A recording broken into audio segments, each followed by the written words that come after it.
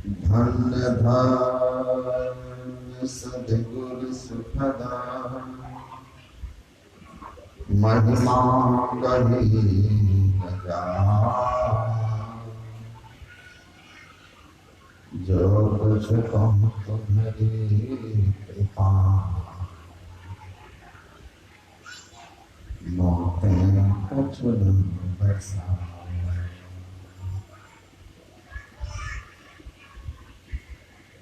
मंच पर विराजमान पूज्य चरण स्वामी श्री दशरथ जी महाराज तथा समस्त वंदनीय साधु समाज के पावन पाद पद्मों में नमन।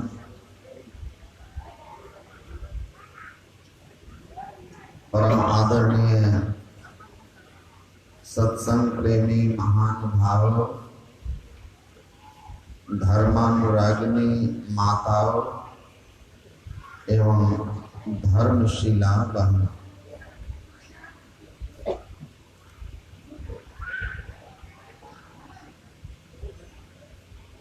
एक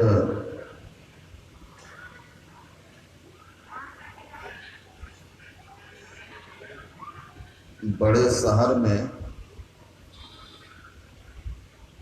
एक बड़े आदमी ने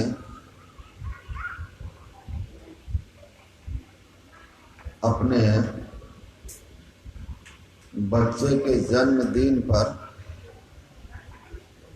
एक पार्टी रखा जन्मोत्सव मनाने के लिए। शहर के बड़े बड़े अमीर लोगों को आमंत्रित किया। सब लोग वहां आए। एक आदमी उस पार्टी में एक 3000 वर्ष का पुराना यूनानी सिक्का लेकर के आया। वो लोगों को दिखा रहा कि देखिए मेरे पास कितना पुराना सिक्का है। जो सिक्के जितने पुराने होते हैं उनकी कीमत उतनी अधिक।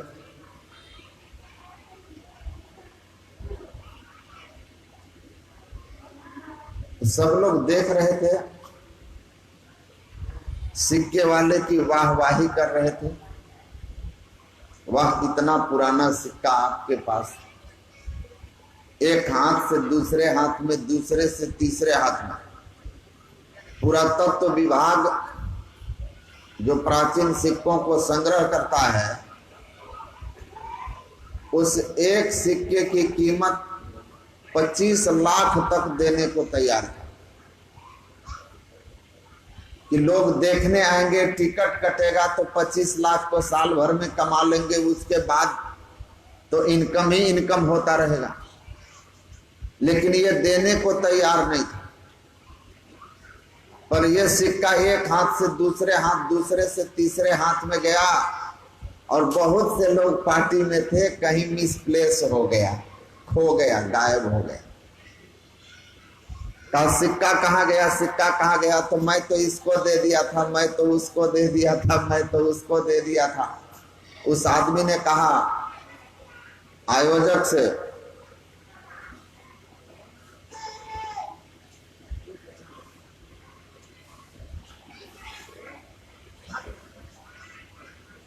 आयोजकों से कहा कि सुनिए,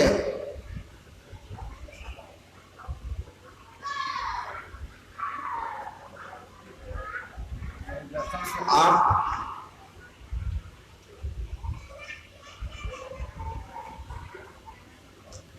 सत्संग में जो है ना, ये जो पहले तो 3 ही चीज था, अब 4 चीज है। ये एक तो बच्चा,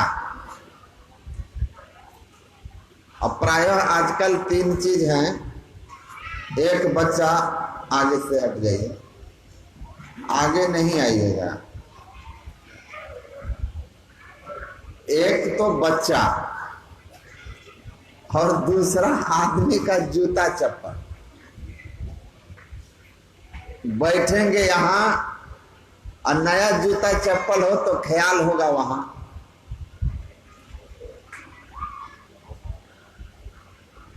और तीसरी चीज जो आजकल परेशान करती है वो है मोबाइल। बच्चा तो रोए किसी किसी का, पर मोबाइल सबके पास होता है। कब रोना शुरू कर दे और सबका ध्यान भंग कर दे। तो सत्संग को ध्यान से सुनिए। गुरु महाराज ने कहा है, बातें हैं अनमोल, मोल नहीं एक एक की। संतमत का ज्ञान, संतों का ज्ञान अनमोल है। इसकी कोई मोल नहीं, कोई कीमत नहीं दे सकता। एक बात को आप पकड़ लें, आपके जीवन में आ जाए, आपका जीवन बदल जाएगा। आप जानते हैं कि एक ही बात रत्नाकर को वाल्मीकि बना दिया। नारद जी ने कहा कि जो पाप तुम कर रहे हो उसका भागीदार कौन? घर वालों से पूछा, सबने ना कर दिया। एक शब्द संत का था, रत्नाकर वाल्मीकि हो गए। कौन बताए संतों की वाणी में कितना बल है? एक शब्द था। एक शब्द भगवान बुद्ध ने कहा अंगुलीमाल से, मैं तो ठहर गया, भला तू कब ठहरेगा? ध्यान से सुना था, बदल गया। एक शब्द गुरु महाराज ने कहा। जब उनसे आरा में किसी ने पूछा कि तुम इस युवा अवस्था में, नई उम्र में सन्यास क्यों ले लिए, तो गुरु महाराज ने कहा, मैंने पढ़ा था 3री जमात में, मतलब जिसको 3रा क्लास कहते हैं, वर्ग कहते हैं, ऑल मेन मस्ट डाई, सभी लोग एक दिन अवश्य मरेंगे। ये एक शब्द मेरे मन पर अंकुश का काम किया। जैसे अंकुश की मार से हाथी सचेत हो जाता है, उसी तरह मैं इस एक शब्द से सचेत हो गया कि जब मरना ही है तो मरने के पहले सत्य को जान लेना चाहिए। एक शब्द जीवन को परिवर्तित कर देता है। अगर उस शब्द को, वो शब्द आपके चित्त में बैठ गया, वचन अमीय दे ध्यान श्रवण करी चित्त में धरना, चित्त में अगर एक शब्द बैठ गया तो आपके जीवन को बदल देगा, जीवन परिवर्तित हो जाएगा। सिकंदर बादशाह थे, उनका एक बार जन्मोत्सव हो रहा था। बहुत सारे लोग उनको ला करके बहुत सारे गिफ्ट उपहार दे रहे थे, बड़े बड़े लोग। एक आदमी हीरे का बक्सा लाके दे दिया। बादशाह खुश रहेंगे तो हमारा व्यापार ठीक चलेगा।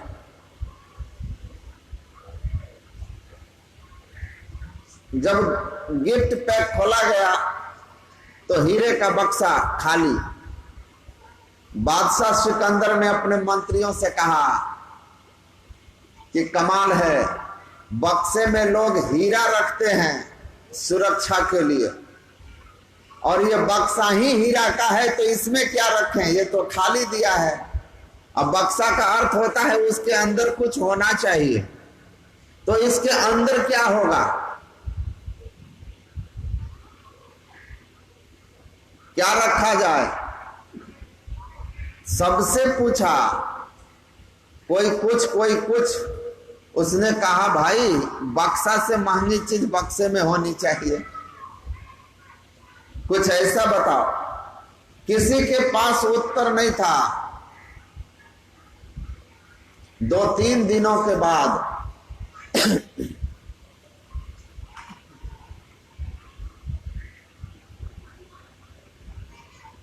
सिकंदर ने कहा कि उस बक्से में रखने वाली वस्तु हमने ढूंढ लिया। कहा क्या? कहा जाओ। संत होमर यूनान में हुए थे, जहां के सिकंदर थे। होमर जन्मांध थे, उनको यूनान का सूरदास कहा जाता है। जैसे अपने यहां संत सूरदास थे, वैसे वे भी जन्मांध थे लेकिन संत थे। कहा कि संत होमर की लिखी हुई इलियड ना लेकर के आओ। इलियड और ओडेसी, बैठो उधर जा शांति से। इलियड और ओडेसी उनकी 2 प्रमुख रचना है।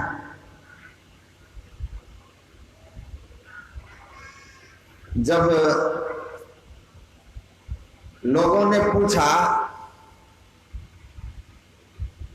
कि इलियड हीरे के बक्से में, इसकी कीमत क्या है? इसकी कीमत कितनी है? बोला 2 पैसा। इलियड पुस्तक की कीमत 2 पैसा, उस समय के लिए वहां के पैसे में 2 पैसा। कहा 2 पैसे की पुस्तक हीरे के बक्से में? लाखों का बक्सा और 2 पैसे का पुस्तक। सिकंदर ने कहा, आज जिस बादशाह को तुम देख रहे हो और इस बादशाह के जन्मोत्सव पर हीरे का बक्सा जो आज उपहार में मिला है, सिकंदर को इस लायक बनाने वाला इस पुस्तक की एक वाणी है। और सिकंदर ने कहा कि मैं बचपन में भूत से और घोड़े की सवारी से बहुत डरता था। एक बार मुझे इस पुस्तक की 2 पंक्तियों को पढ़ने का अवसर मिला, किसी के घर पर दीवार पर, जिसमें लिखा हुआ था इलियड, मतलब इलियड की वाणी। और उसमें लिखा हुआ था कि मनुष्य जो है परमात्मा की सृष्टि में परमात्मा द्वारा निर्मित ऐसा महान रचना है जिसके अंदर इस संसार को कौन कहे, स्वर्ग पर भी अधिपत्य करने का सामर्थ्य है। जिस मनुष्य को ईश्वर ने जो मनुष्य बनाया, उस मनुष्य के अंदर ऐसी क्षमता दी है कि वह चाहे तो उससे धरती कौन कहे, स्वर्ग के देवताओं को भी अपने बस में कर सकता है, स्वर्ग पर भी अधिपत्य कर सकता है। और तब उसी क्षण मुझे लगा कि अरे, मुझ में इतनी शक्ति है, सामर्थ्य है कि मैं स्वर्ग पर अधिकार कर सकता हूं, तो पहले दुनिया क्यों न जीत कर देखो। और वहीं से मुझे दुनिया का बादशाह, विश्व विजेता बनने का स्वप्न जगा। और जो भूत और घोड़े की सवारी से डरता था सिकंदर, जहां भूत सुनता था वहां जाता था और बिगड़े से बिगड़े घोड़े पर चढ़ करके उसको बस में करना शुरू कर दिया। ऐसा साहस बढ़ा कि विश्व विजय करने का स्वप्न देखने लगा।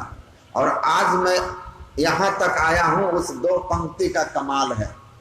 तो पुस्तक की 2 पंक्ति मुझे इतना महान बना सकती है। सोचो वो पूरी पुस्तक का ज्ञान किसी के जीवन में हो, वो आदमी कितना महिमावान हो जाएगा। तो वो तो संसार की ओर चल दिया, उसके लिखे हुए शब्द को ठीक से समझ करके और सच्चे गुरु के शरण में चला जाता तो निसंदेह वहां पहुंच जाता। वा घर खोजहु हो भाई, जा घर आवागमन न होई, जा घर लक्ष्मी झाड़ू देता है, शिव जी करे रखवाली हो, जा घर ब्रह्मा बने टहलुआ, विष्णु करे कोतवाली हो, ईड़ा पिंगला वा घर नाही, सुख मन रहे समाई हो। ऐसे घर का मालिक होता, ऐसे ब्रह्मांड का मालिक होता, इस संपूर्ण संसार का स्वामी हो जाता, ब्रह्म को जान करके ब्रह्म हो जाता। ये उसके अंदर ये क्षमता है मनुष्य के अंदर। गुरु नहीं मिले तो वो संसार से शुरू हुआ, सच्चे सदगुरु मिल जाते तो उसकी ओर चल देता। तो जो भी हो, एक डरपोक बालक को एकाएक इतना साहसी और वीर बना दिया कि बादशाह विश्व विजय का स्वप्न देखकर आधी दुनिया तो जीत ही लिया। तो संत की वाणी, इसीलिए मैं कहा ध्यान से सुनिए, एक एक वाणी कितना अनमोल है। बोला तो फ्री में ही जाता है, बोला तो फ्री में ही जाता है ना। किसी से कभी हम कहते हैं कि जा रहे हैं तो क्या आप खर्च करेंगे? बस मैं इतना जरूर लोगों से कहता हूं कि गाछ के नीचे भी करवा लेना, पर बाजा साफ सुथरा रखना, क्योंकि लोगों को सुनाना है। और गुरु महाराज की वाणी में है, चौथे भाग में नादानुसंधान की महिमा लिखते हुए गुरु महाराज कहते हैं कि मंच की साज सजावट तो तभी तक लोग देखते हैं जब गायक का गीत शुरू नहीं हो जाता है। गाने वाला जब गाना शुरू कर देता है तो लोग गाने में मस्त हो जाते हैं, सजावट कौन देखता है? इसीलिए मैं कभी नहीं कहा कभी किसी को कि पंडाल सजा देना, बड़ा बना देना, खूबसूरत कर देना। आपके वाणी में बल होगा तो लोग कहीं बैठकर सुन लेंगे, अगर वाणी में बल नहीं होगा तो पंडाल क्या करेगा? लोग कितनी देर देखेंगे, उसके बाद उठ उठ के चले जाएंगे। तो शांत होकर के सुनिए। बड़ी कष्ट सह सह करके गुरु महाराज ने प्रचार किया है। मैं स्वयं गुरु महाराज का प्रवचन एक बार सुना था। जहां प्रवचन कर रहे थे, एक छोटा सा सामियाना टांगा हुआ था और लोग जहां तहां बैठे थे और गुरु महाराज का प्रवचन हो रहा। बाजा तक गुरु महाराज अपना लेकर के चले हैं, भोजन तक अपना लेकर चले हैं, साज सजावट तो बहुत दूर की बात थी। तब संतमत का प्रचार हुआ है और तब गुरु महाराज ने कहा कि मेरे पास ऐसे लोग आते हैं जिनको पूछने वाला कोई नहीं होता है, उनको यह ब्रह्म ज्ञान दे करके मुझे संतुष्टि होती है। जिनको कोई पूछने वाला नहीं, जो संसार में तिरस्कृत लोग हैं, बहिष्कृत लोग हैं, समाज जिनको एकदम से बेकार समझ लिया, ऐसे लोगों के बीच संत का यही काम है, यही काम है। उनको जगाइए जो भटके हुए हैं, उनको सम्मान दीजिए जिनको धनाभाव के कारण, पदाभाव के कारण, जाति के कारण लोग आदर नहीं देते, क्या उनको आदर दीजिए। तो व्यवस्था, बाहरी व्यवस्था कोई अर्थ नहीं रखता। मूल बात है कि आप सुने ध्यान से और हम सुनाएं प्यार से, आराम से, आनंद से। सुनने वाला सुनाने वाला दोनों आनंद में रहिए। संसार ऐसे ही चलते रहेगा, मुस्कुराते रहिए। यहां किसी के जीवन में ऐसा नहीं हुआ है कि दुख नहीं आया है, सबके जीवन में दुख आता है। बस ये जीवन क्या है, निर्झर है, मस्ती ही इसका पानी है और सुख दुख के दो तीरों से चल रही राह मनमानी। ईश्वर भक्तन में लगे रहिए, गुरु का चरण पकड़े रहिए।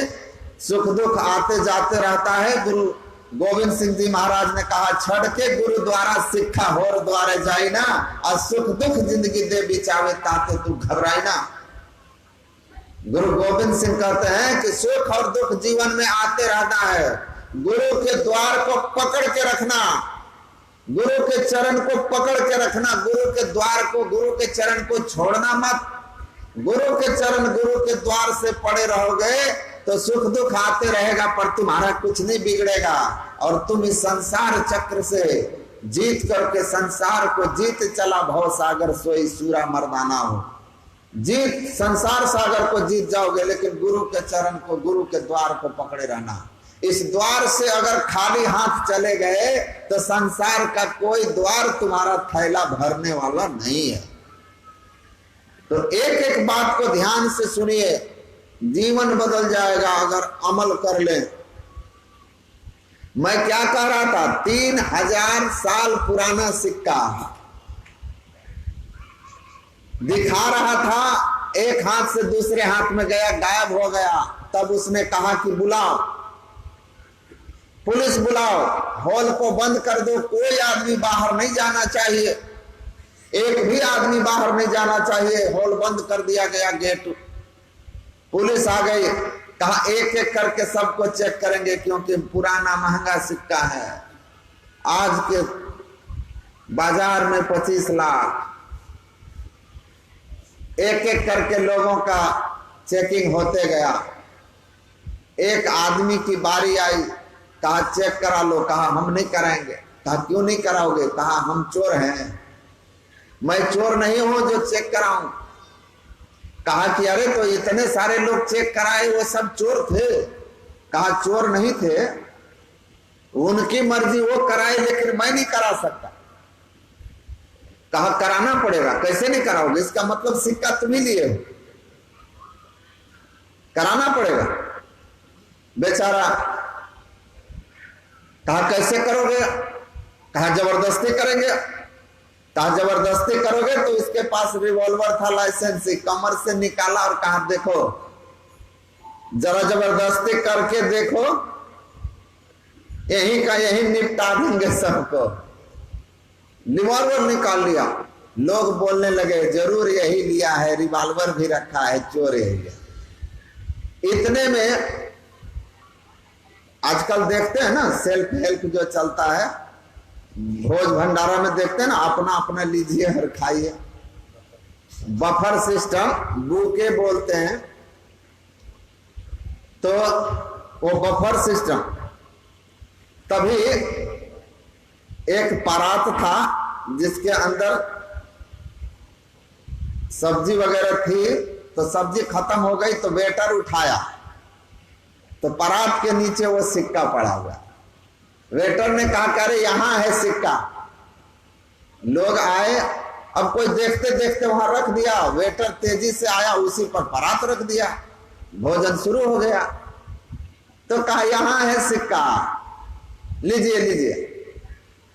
लोगों ने कहा कि जब तुम सिक्का लिए नहीं थे, तुम चोर नहीं थे, तुम लिए नहीं थे, तो इतना बखेड़ा और बवाल क्यों मचा दिया कि हम जांच नहीं कराएंगे, हम जांच नहीं कराएंगे, हम चोर नहीं हैं, जांच करोगे तो रिवॉल्वर निकाल लिए। ऐसा क्यों किया तुमने? तब वो आदमी धीरे से अपने जेब से एक दूसरा सिक्का निकाला और कहा कि देखो मेरे पास भी 3000 वर्ष पुराना वही यूनानी सिक्का है। अगर मैं उस समय दिखाता या उस समय जांच में मेरे जेब में ये सिक्का मिल जाता और मैं कहता कि ये मेरा है, मैं अपना, मेरा है, मेरे पास भी है, तो आप में से कौन कौन विश्वास करते कि ये इसका सिक्का है? कोई विश्वास करता? कहा कि लाया मैं भी था लोगों को दिखाने के लिए कि देखो मेरे पास कितना पुराना महंगा सिक्का है। लेकिन मेरे पहले मैं जब आया तो देखा कि एक आदमी सबको दिखा रहा है, तो मुझे लगा छोड़ो, जब एक दिखा ही रहा है तो दूसरा क्या दिखाए। तो आप लोग विश्वास नहीं करते? कहा कि नहीं, सही बात है।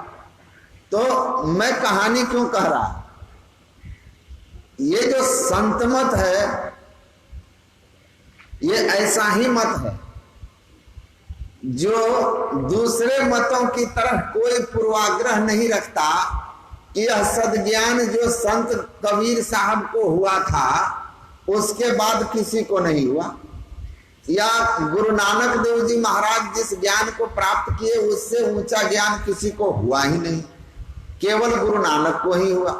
मतलब मेरे गुरु महाराज सबसे बड़े या फलाना संत बड़े और दूसरा किसी को वह ज्ञान हुआ ही नहीं। अगर सिक्का किसी साल में ढला था तो बहुत सिक्का ढला था, किसी एक आदमी के पास ही वह नहीं हो सकता, बहुतों के पास होगा।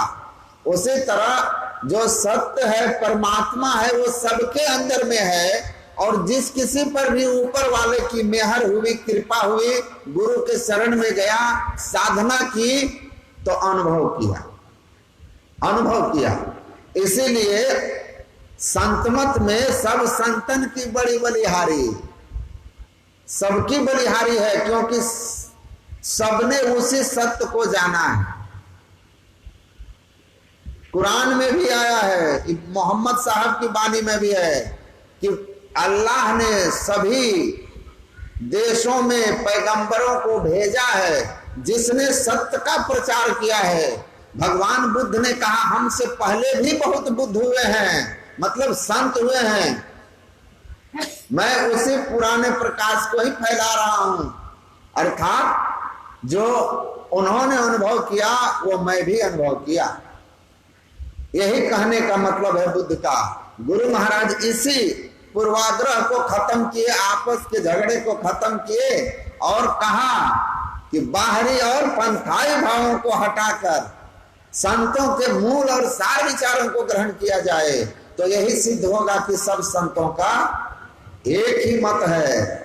इसलिए इस भ्रम में न रहें कि सत्य किसी एक ने अनुभव किया वो दूसरे के पास नहीं है। जब सबके अंदर सब घट मेरे साइया सोनी सेज न कोई, सब घट में परमात्मा है, कोई पर घट कोई शरीर परमात्मा से रिक्त नहीं है। तो जो भी शरीर किसी संत के शरण में जाकर साधन करेगा कभी न कभी वो उसको प्राप्त करेगा, अनुभव करेगा।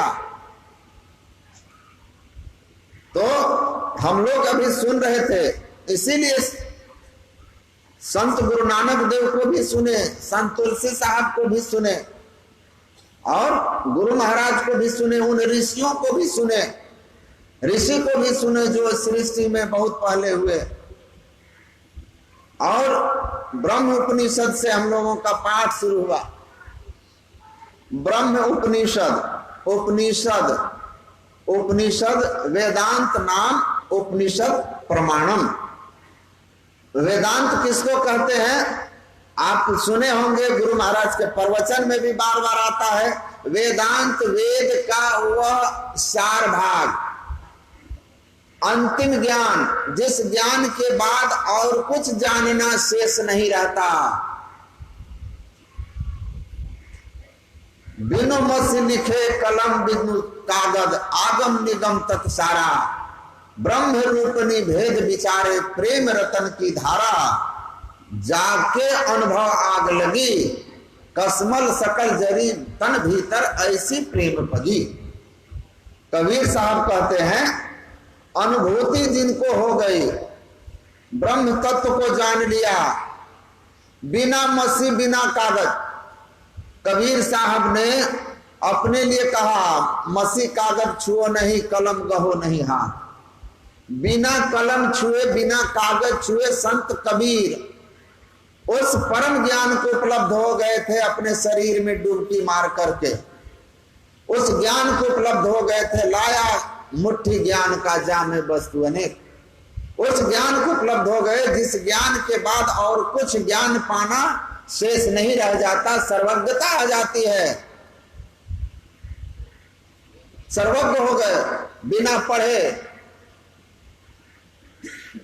तो वो ब्रह्म विद्या जो ब्रह्म विद्या का उपदेश है उसी को वेदांत कहते हैं। ज्ञान का शिखर, उसके बाद अब कोई ज्ञान शेष नहीं। जिसको जान लेने से कुछ जानना शेष नहीं रहता, उसी को ब्रह्म ज्ञान कहते हैं, आत्मज्ञान कहते हैं। उपनिषद उसी का उपदेश करते हैं, उसी ब्रह्म तत्व का उपदेश करते हैं। इसीलिए हम लोग अभी जो ब्रह्मोपनिषद सुना, उसके ऋषि हम लोगों को समझा रहे थे। बिल्कुल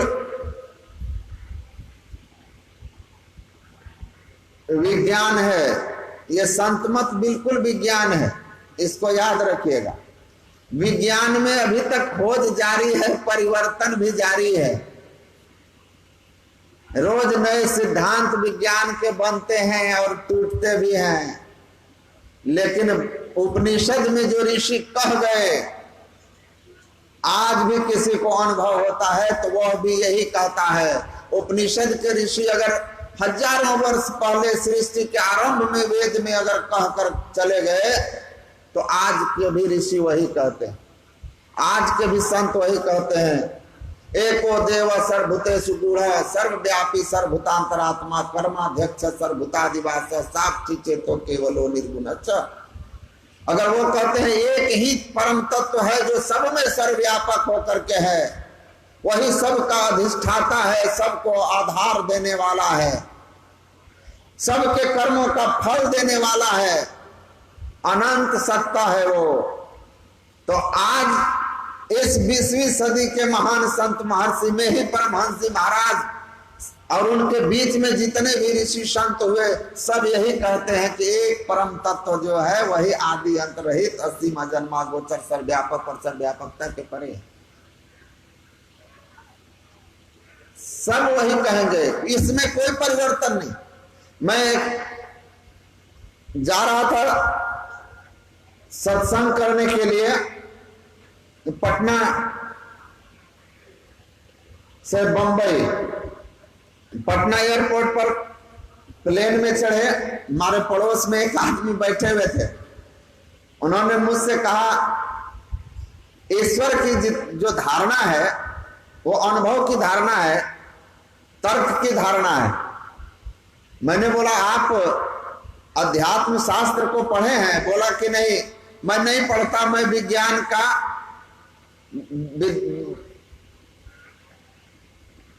विद्यार्थी था और विज्ञान में ही हमारी आस्था है। मैंने बोला ऐसा क्यों? विज्ञान में आस्था का कारण? कहा विज्ञान तो प्रमाण पर आधारित है, जो है तो है, 2 भाग ऑक्सीजन 1 भाग हाइड्रोजन मिला दो तो जल। मैंने कहा ऐसा नहीं, हर बात विज्ञान का प्रमाण पर आधारित नहीं। और तब मैंने उनसे कहा अच्छा एक बात बताइए, आपने विज्ञान पढ़ा? कहा मैं फिजिक्स से एमएससी किया हूं। तो मैं कहा तब तो बड़ी अच्छी बात है। ये बात बताइए, इलेक्ट्रॉन के संबंध में सबसे पहले जे थॉमसन नाम के वैज्ञानिक ने कहा कि परमाणु जो है वो इलेक्ट्रॉन, प्रोटॉन, न्यूट्रॉन से बना है। और इलेक्ट्रॉन क्या है? तो कहा कि इलेक्ट्रॉन एक पार्टिकल है, कण है। तो जे थॉमसन को ये कहने पर कि इलेक्ट्रॉन एक कण है, दुनिया के वैज्ञानिकों ने कहा बहुत बड़ी खोज आपने कर दी, और उसको नोबेल पुरस्कार मिल गया। 35 साल बाद उसी जे थॉमसन का बेटा जे थॉमसन ने अपने ही पिता के रिसर्च को खंडन करते हुए कहा कि यह पार्टिकल नहीं है, वेव है, जैसे रेडियो वेव। कहा ये वेव है? कहा लोग अरे इसकी खोज सही है, इसको भी नोबेल पुरस्कार मिल गया। तो मैंने कहा कि पहले तो पार्टिकल पर मिला था, अब वेव पर मिला, तो विज्ञान तो वहां कटा। तीसरे वैज्ञानिक फिर आए 1925 में, उन्होंने कहा अरे ये तो बिल्कुल जिसको हम लोग माया कहते हैं ना, इल्यूजन है, अनसर्टेन इसका प्रिंसिपल है। तो कहा कि इसको भी, ये सही कह रहा, इसको भी नोबेल पुरस्कार मिला। और सबसे लास्ट में श्रोडिंगर आए, उन्होंने कहा electron is neither A wave nor a particle, न ये वेव है न पार्टिकल है। कहा कि ये सही करा, इसको भी नोबेल पुरस्कार मिला। तो जब तक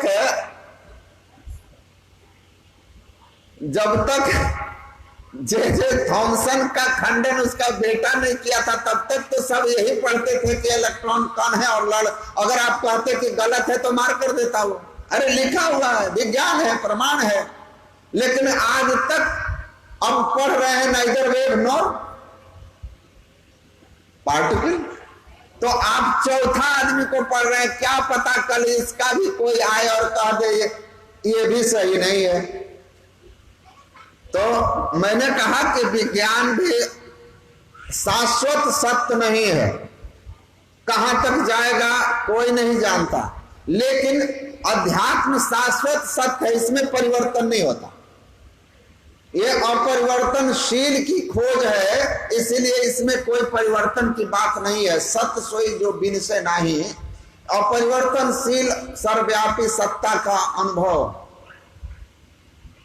अध्यात्म ज्ञान है। इस ज्ञान को जो जान गया वो सर्वज्ञ हो जाता है, उसको किसी से पूछकर कुछ जानना शेष नहीं रहता है।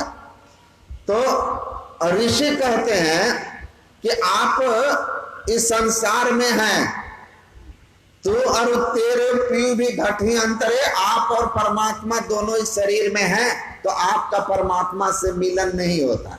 हरदम प्रभु रहे संग कबहु भव दुख न टरे, तू और तेरे पीयू भी घटी अंतरे, आप और परमात्मा एक ही शरीर में है। लेकिन आपके जीवन में दुख है, तो ये दुख का अंत कैसे होगा, कहां जाकर के होगा। तो ऋषि कहते हैं कि आप इस बात को समझिए। मैं कल भी कहा था, रात के सत्संग में भी कहा था कि सारा खेल मन का है। मनवा अजब तुम्हारो खेल, जीव तुम दुखी रहे हम, सूरत तुम दुखी रहे हम जानी। हे जीव तुम दुखी हो, मैं जानता हूं। कब से दुखी हो? जा दिन से तुम शब्द विसारा मन संग यारी ठानी।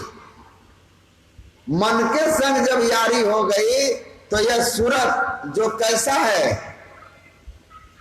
ईश्वर अंश जीव अविनाशी चेतन अमल सहज सुख राशि। जो जीव सूरत आदि सूरत सतपुरुष से आई, जीव स्वहं कहिए सो तोई। वह सूरत वह जीव स्वभावतः कैसा है? चेतन ज्ञान स्वरूप, अमल विकार रहित, सहज सुख राशि, अपने आप में सुख स्वरूप आनंद स्वरूप है। सच्चिदानंद रूपाय, इसका स्वरूप सच्चित आनंद है। लेकिन जो स्वतः स्वरूपतः ही जो आनंद स्वरूप है, सुख रूप है, वह दुख में पड़ा हुआ है। इसका कारण क्या है? तो कहते हैं कबीर साहब, मन संग यारी ठानी। मन के साथ दोस्ती है। और किस तरह से मन की आपकी दोस्ती है? जैसे कल भी कहा था कि दूध और घी की दोस्ती। दूध में जिस तरह घी है, उसी तरह मन में चेतन है। और मन के साथ चेतन जब तक फंसा हुआ है, तू चेतन यह जग सब मिथ्या क्यों कर मेल मिलानी। तुम चेतन हो, ज्ञान स्वरूप हो, मन जड़ स्वरूप है, अब क्यों कर मेल मिलानी। दोनों का मेल नहीं हो सकता। पत्थर और पानी में घुलना नहीं होगा। सजातीय में सजातीय का मेल होता है। मन जड़ है या आप जीव चेतन है, दोनों में कैसा मेल? कहा लेकिन संग हो जाने के कारण तन इंद्रिय संग विषय लुभानी। मन आपको क्या करता है? तन इंद्रियों के संग जोड़ देता है। आप माया मुखी हो जाते हैं, विषय मुखी हो जाते हैं, और इसीलिए दुखी हो जाते हैं। तो मन से हमारा जो संग है, इस मन से हमारा संग छूट जाए, मन का संग छूटे, तो मन से मुक्त हो जाइएगा तो मुक्त हो जाइएगा। मन की मुक्ति हमको चाहिए। आप पढ़ते हैं ना कि कितने आवरण हैं, स्थूल का, सूक्ष्म का, कारण का, महाकारण का। कारण महाकारण एक ही है। मन जाकर कारण मंडल में, तो मन की उत्पत्ति कारण मंडल से होती है। तो जिसका जहां से उत्पत्ति होती है उसका उसी में मिल जाना लय होना कहलाता है। लय होना किसको कहते हैं? घुलना और लय होना में अंतर है। लय होना जो जहां से बना है उसी में मिला तो लय हो गया। मिट्टी का ढेला पानी में घुल जाता है, मिट्टी का ढेला पृथ्वी में लय हो जाता है। समझ रहे हैं ना? पानी का पानी में लय, बादल सागर में मिल के लय हो जाएगा। जो जिससे बना वो उसी में मिलता है तो लय होना कहते हैं। चेतन की उत्पत्ति जहां से हुई है, चेतन वहां पहुंचता है तो उसमें लय होता है। तो हम मन जहां से उत्पन्न हुआ है, जब तक उसको वहां नहीं ले जाइएगा ये लय नहीं होगा। मन का लय हो जाना, मनोलय हो जाना, मनोलय हो जाएगा, आपका जीवन धन्य हो जाएगा। इसीलिए कहा कि आप इसको समझिए ठीक से। मन को ले जाना है, उसके मंडल में लय कर देना है, तब प्राण पुरुष आगे चले, तब चेतन मुक्त होकर के अपने स्वरूप का बोध कर लेगा, कैवल्य दशा में पहुंच जाएगा। और उसके बाद जहां से इसका उत्पत्ति है, सो जान ही जही देहु जनाई, जानत तुम्हें तुम्हें हो जाई। जल तरंग जीव जल ही समाइया, त्यों ज्योति संग ज्योति संग मिलाइया। कह नानक भ्रम कटे किवाड़ा, बहुरी न होइए जौला जी। यह जीव उस पीव में मिलेगा। तो पहले मन से मुक्त होना। मन से मुक्त होने के लिए मन को उस ओर ले चलना है जहां जाकर मनोलय हो जाए।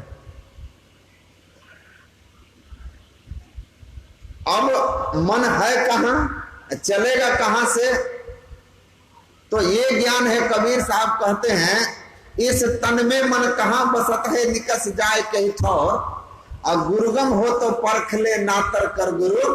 और अगर कोई ऐसा गुरु मिले जो आपको बता दे कि शरीर में आप कहां हो, इस शरीर में मन कहां है, तो कबीर साहब कहते हैं जो इस भेद को बताए तब समझना कि सदगुरु मिल गया। यही सदगुरु बंधन काट सकता है। बंधन काट मिलावे राम, अहिनिस लागे सहज ध्यान। मिटे कलेश सुखी होई रही है, ऐसा दाता सदगुरु कहिए। गुरु नानक देव जी महाराज कहते हैं, ऐसा दाता सदगुरु कहिए। मन के खोल से मुक्त कर दिया। आप समझ लीजिए, सदगुरु मिले, जो ऐसा दाता मिल जाए, जो एक भेद बता दे। भाई सोई सदगुरु संत कहावे, जो नैन अलख लखावे। कर्म करे निष्कर्म रहे, जो ऐसी जुगति बतावे। प्राण पूज्य क्रिया से न्यारा, अब भोग में जोग जगावे रे भाई, सोई सदगुरु संत कहावे। वही संत सदगुरु है, भोग में जोग जगावे।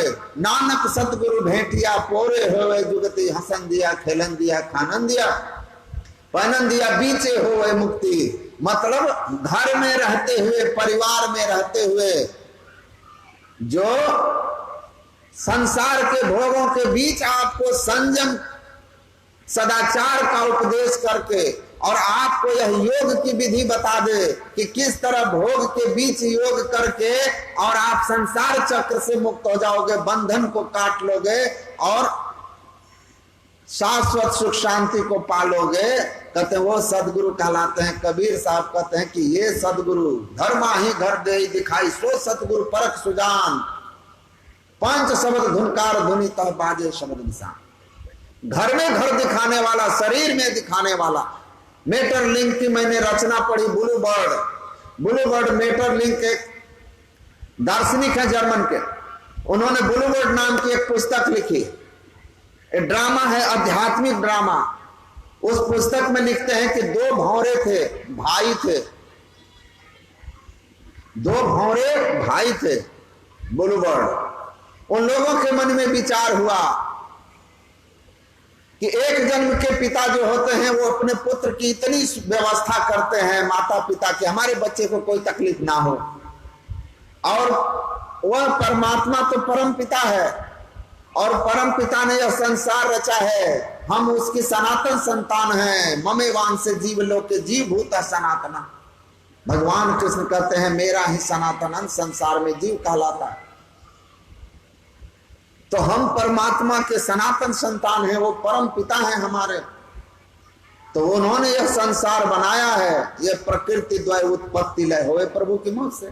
बनाने वाला वो परमात्मा है, वो सर्वसमर्थ है। और कहा भी उस परमात्मा ने गीता में, सुहृदय सर्वदेही नाम, मैं जीव का सबसे बड़ा हितैषी हूं।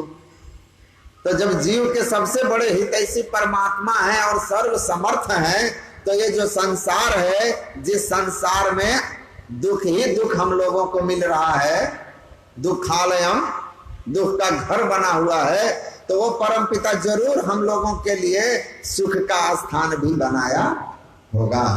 तो उस सुख का स्थान ढूंढना चाहिए, सुख का स्थान ढूंढना चाहिए।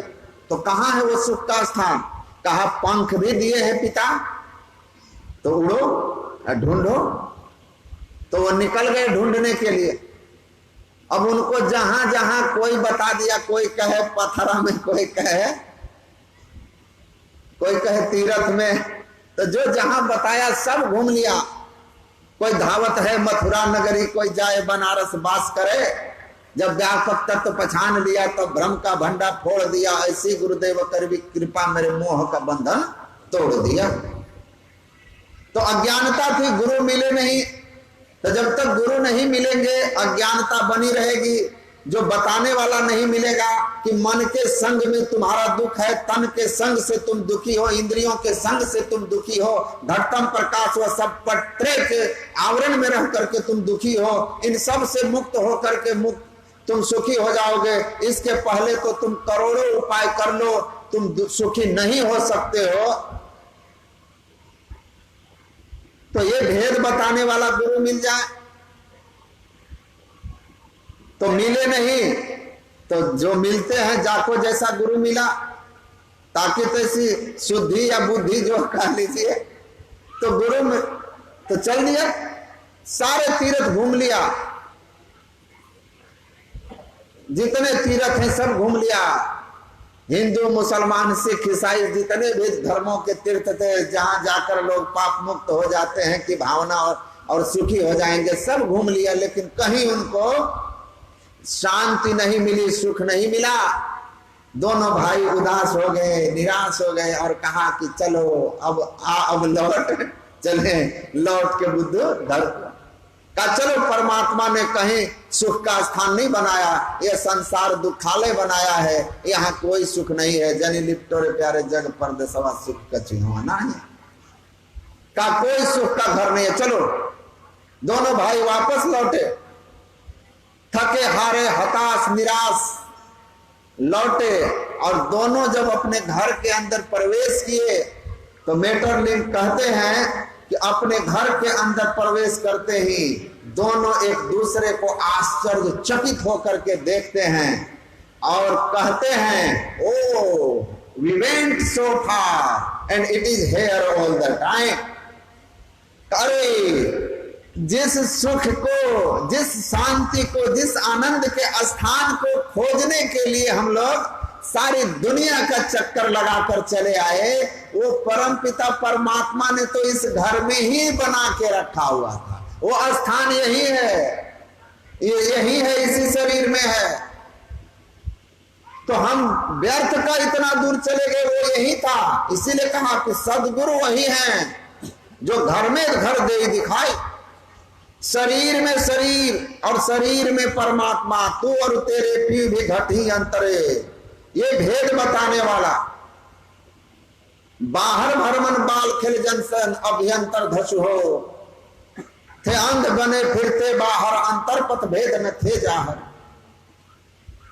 बाहर घर भटक रहे थे, वो यही है, वो सुख का स्थान इसी शरीर में है, उसी को तो सुषुम्ना कहते हैं। तो कहां है? कबीर साहब कहते हैं देव को पूजी के हिंदू मरी गए, तुरुक मुसलमान मरे हज जाई, जटा बढ़ा के जोगी मर गए, इनमें किन्हू न मुक्ति पाई। जोग जुगत कर जो कोई जाने, खोजे आप शरीरा, तिनके मुक्ति संशय नाही, कहत जुलाह कबीरा। ये जो तकी और संत तुलसी साहब का संवाद है, यह ऐसा ही है। संत तुलसी साहब हाथरस में अपने किसी भक्त के घर पर गए थे। वहां तकी एक मुसलमान था, हज करके आया था और हज की महिमा का बखान कर रहा था। वहीं संत तुलसी साहब के मुंह से ये बानी निकली थी, सुने तकी न जाइयो जिनहार देखना, अपने में आप जलवे दिलदार देखना। कहां गए थे? मक्का में देखने के लिए उसका जलवा। अरे उसका जलवा देखना है तो लिविंग टेम्पल ऑफ गॉड, परमात्मा का चलता फिरता हुआ यह मंदिर, ये गुरुद्वारा, ये मस्जिद, नकली मंदिर मस्जिदों में जाए सद अफसोस है, कुदरती काबे का साकिन दुख उठाने के लिए। कहां नकली मंदिर मस्जिदों में जाते हो?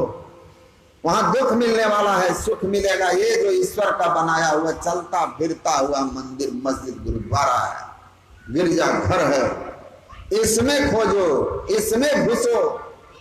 तो कहां से घुसोगे, कैसे घुसोगे, रास्ता कहां है? गुरु महाराज कहते हैं यही तो भेद है। तन के 9 द्वार हैं, तन 9 द्वार हो रामा, अति ही मलिन हो ठामा। 2 कान 2 नाक 2 आंख मलमूत्र के, ये 9 के 9 मलिन द्वार हैं, जम के द्वार हैं। इनसे निकलिएगा तो बहिया पकड़ी जम ले चला, कोई संग न साथी हो। जमराज पकड़ लेगा, जमदूत पकड़ लेगा, क्योंकि एक तो अंधेरी कोठरी तामे दियो न बाती। 9 द्वार पर जम का पहरा है, 10वां द्वार इसमें है। कहते हैं उसका भेद जो बता दे वही सच्चे संत सदगुरु होते हैं। कहां पर है निवास मन का, कहां से चलना होगा? गुरुगम हो तो परख ले, नैनन माही मन बसे। मन कहां बसता है? नैनन माही, निकस जाए न उठो। गुरुगम भेद बताइया सब संतन सिरमौर। तो कहा आप जागते सोते हैं और स्वप्न में जाते हैं, ये 3 अवस्था आपके जीवन में रोज आता है। तो जागृत अवस्था में आप कहां रहते हैं? जागृत में कहां रहते हैं? जागृत अवस्था में कहां रहते हैं? नैनन माही, नेत्रस्थम।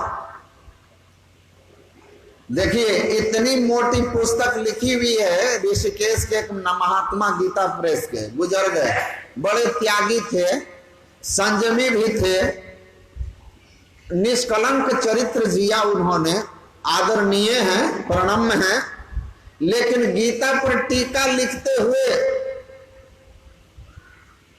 इस बात की व्याख्या करने में वो चूक गए, क्योंकि वो भी इस बात को नहीं जानते थे कि वास्तव में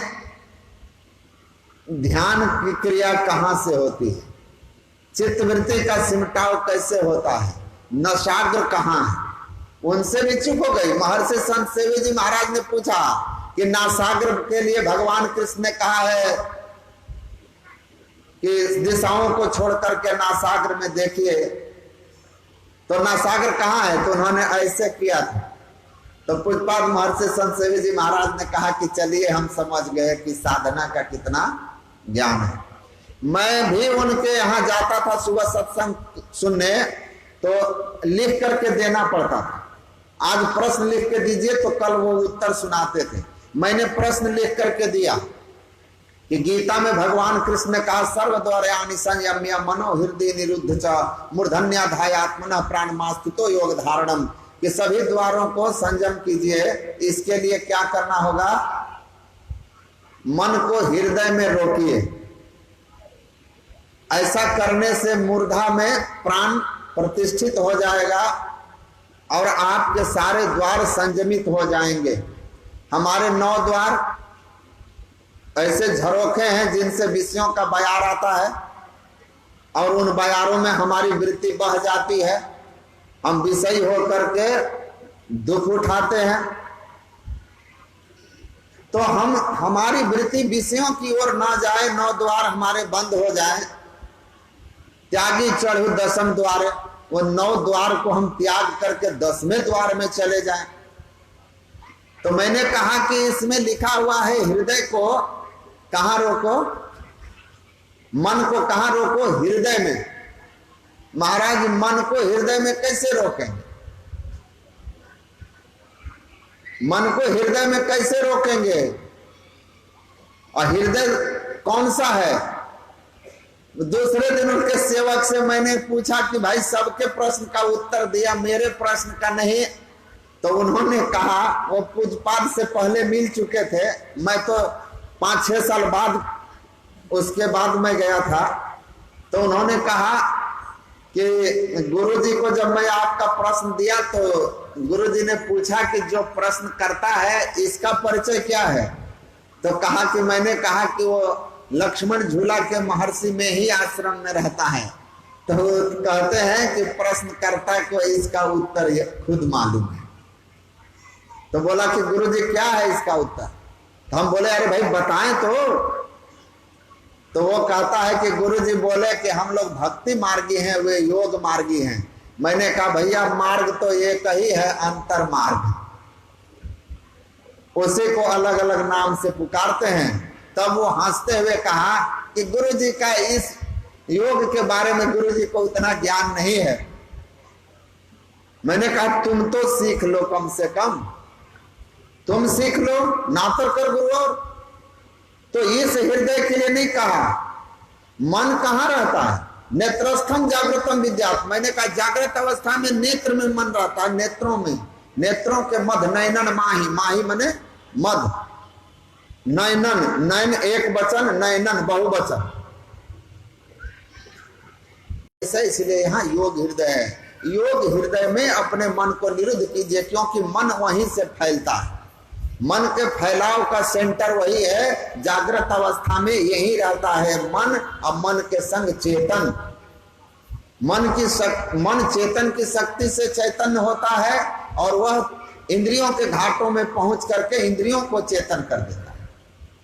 अगर चेतन के धार को, मानस के धार को यही रोक लिया जाए तो वो इंद्रियों के घाट तक नहीं आएगी, तो इंद्रियां विषयों की ओर नहीं जाएगी, मुर्दावत हो जाएगी। तो यहां गुरु महाराज कहते हैं, यहां वेदांत कहता है भ्रूर मध्य, दोनों आंखों के मध्य में, वहां पर धरनी निर्मल नासिका, निरखो नयन के कौर। धरनी ध्यान तहां धरो, प्रकट ज्योति फहराई, मणिमाणिक मोती बरे, चुनी चुनी हंस अघाई। अघाओगे यहाँ तृप्त हो गए। ध्यान कहाँ लगाना है? ध्यान लगाओ त्रिकुटीदार, गही सुषुम्ना विहंगम सार। सुषुम्ना को खोजो, जोगी जुगति ध्यान लगाओ। सुषुम्ना घर बैठे आसन, सहज ध्यान लगाओ। जोगी जुगति जोग कमावहु, और सुषुम्ना घर बैठे आसन, सहज ध्यान लगाओ। सुषुम्ना में कैसे बैठोगे?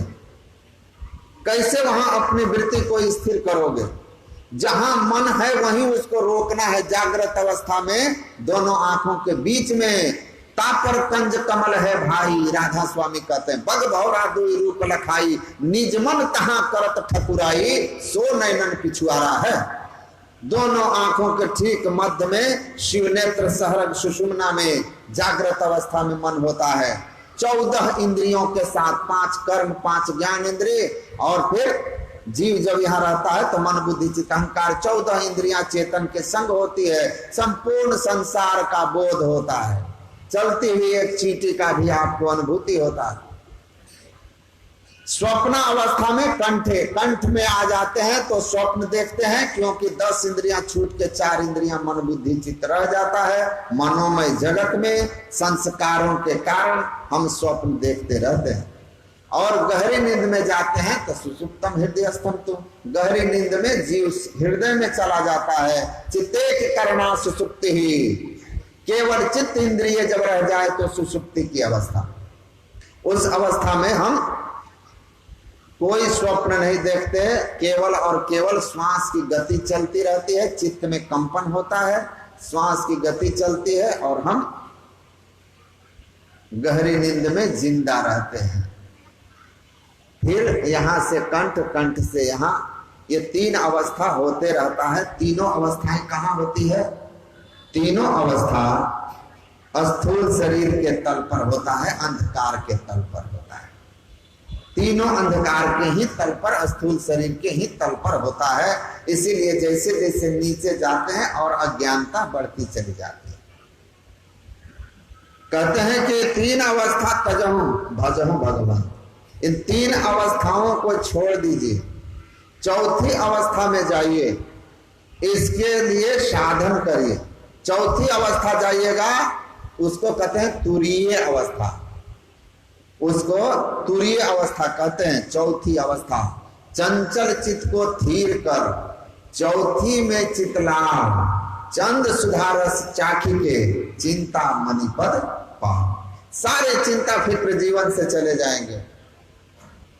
चंचल चित्त को थीर कर, यही तो योग है। योग चित्तवृत्ति निरोध। मन की दौड़ हो रही है, कहां से कहां भाग रहा, विषयों में रमन कर रहा, विषय बारी मन मीन भिन्न हो तो पल एक, अताते सहो विपत्ति अति दारुण धर्म तेजवनीय ने। ये फैला हुआ मन विषयों में भागता है और इसलिए दुखी होता है। इस फैले हुए मन को समेटिए और इसी को समेटने के लिए 10वें द्वार को समझिए। योग हृदय को जानिए, शिवनेत्र में वृत्ति को ठहराइए। और इसी के लिए कहा कि आप चौथी अवस्था पहुंचने के लिए तुरीय, तो खेल खुली खुली लगी पड़े। परमात्मा का आउटसाइड ड्रीम्स, स्वामी राम तीर्थ कहते हैं वो लुक्स आउटसाइड है, सपने भीतर रहते हैं अपने। लेकिन जो अपनी ओर देखता है अवेक्स, वो जाग जाता है। और जैसे जागता है तो परमात्मा का जो खेल है सूक्ष्म जगत का, वो देखने लगता है। खेल खुली खुली लगी पड़े। अरे तकी तकते रहो, अपने अंदर में देखो, तब होगा। अपने आप में जलवे दिलदार देखना, अपने में वो जलवा आप देखेंगे जिस जलवे का कोई वर्णन नहीं कर सकता। आनंद से भर जाएंगे आप। दिव्य चक्षु सो अचरज पेखे, या जग सुख तुच्छ कर लेंगे। जैसे ही वृत्ति का सिमटाव हुआ 10वें द्वार में, और ये बहुत सिंपल है, कोई कठिनाई नहीं है, बिल्कुल सहज साधन है। सहज साधन, शरीर को कोई कष्ट नहीं दो, आराम से बैठ जाइए और आराम से बैठ करके गुरु की दी हुई मंत्र का जप कीजिए। फिर धीरे धीरे जप करते करते चित्त सिमट जाए तो मानस ध्यान कीजिए। मानस ध्यान में भी रूप को प्रणाम करके मन ही मन छोड़ करके, और तब सहज योग कैसे कमाते हैं, कैसे तुरीय में जाने के लिए 10वें द्वार में चित्त को स्थिर करते हैं, उसके लिए दृष्टि योग होता है। दृष्टि कहते हैं देखने की शक्ति को। पुतली में तिल है, तिल में भरा राजकुल का फूल, इस पर्दे सियाह के जरा पार देखना, ये असली भेद है। गुरु नानक देव जी की वाणी में आपने सुना ना, दिन मही रैन रैन महदीनी अरु संस्थिति विधि सोई, ताकि गतिमति अवर न जाने, गुरु बिनु समझ न होई। मैं भटिंडा में रहता था, वहां ध्यानाभ्यास हुआ। पूज्य दशरथ बाबा और राम मूर्ति बाबा लोग भी गए थे, तो मैं आमंत्रित करने गया एक सिख मत के प्रचारक को। तो मैंने उनको कहा कि हमारे यहाँ ध्यानाभ्यास हो रहा है, आप पधारिए। तो कहा कि इस शिविर में क्या होगा। मैंने कहा कि लोग बैठेंगे, ध्यान करेंगे। कौन सा ध्यान? तो मैंने कहा महाराज जी, वो आप तो गुरु ग्रंथ साहब के प्रचारक हैं, तो वो गुरु ग्रंथ साहब में एक वाणी है गुरु नानक देव जी ही महाराज की, महला पहला का ही, उसका थोड़ा अर्थ बता दीजिए। तो कहा कौन सी वाणी? तो मैंने कहा वो है ना, सागर में बूंद बूंद में सागर, कौन विधे बुद्धि जाने, उद्भत चलत आप कर चीने, आपे तत्व पछाने, ऐसा ज्ञान विचारे जोई, तिस्ते मुक्ति परम गति होई। हम बोले वो जो बोलता है दिन मह रैन रैन मह दीनी अरु संसिद्धि विधि सोई, ताकि गतिमति अवर न जाने गुरु बिन समझ न होई। तो ये क्या है, दिन में रात, रात में दिन, ठंडा में गरम, गरम में ठंडा। तो दिन में रात को कैसे घुसाएंगे महाराज? जहां राम तह काम नहीं, जहां काम तह राम, और तुलसी कबहू ना मिले रवि रजनी एक ठाम। रात दिन तो तुलसीदास कहते हैं कभी मिलता ही नहीं, और यहाँ गुरु नानक कहते हैं दिन में रात, रात में दिन। ये क्या है, इसको थोड़ा समझा दीजिए। यही तो भेद है, यही तो असली भेद है। ये भेद जान जाइएगा, 10वां द्वार असली दीक्षा जान जाइएगा, तब सुरत शब्द एक आंक कर देखो विमल बहार, और मध्य सुषुम्ना तिल से तिल में ज्योति अपार।